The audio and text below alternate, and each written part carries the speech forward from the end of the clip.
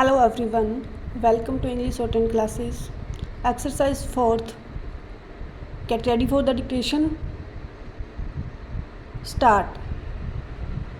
Sir, I must congratulate the Home Minister for the excellent beginning that he has made and for the speed that he has acquired to restore the fundamental rights to the citizens and to appoint commission of inquiry to go into the excesses of the earlier rule as well as the shocking scandals that had characterized last years of the previous regime.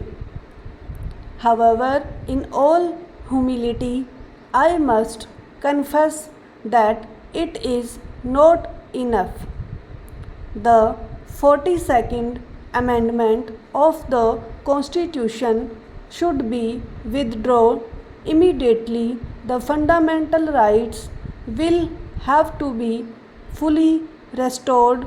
The role and power of the judiciary must be restored immediately.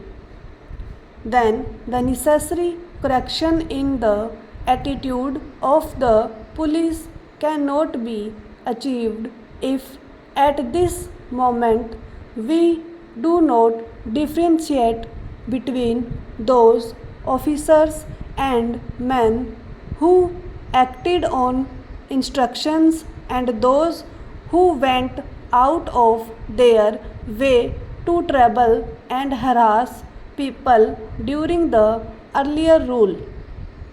If we do not differentiate between these people and do not give to the guilty exemplary punishment that would serve as deterrent and corrective, we would not be able to reorganize the police department.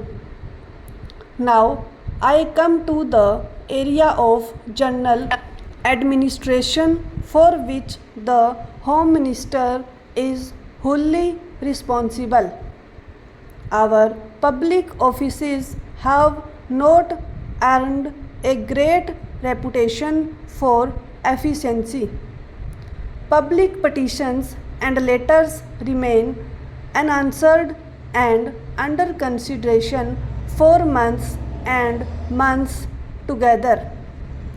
Public petitions and letters written by the public representatives, councillors, legislators, or members of parliament, even to the ministers, leave aside the officers, remain unanswered or under consideration for years together.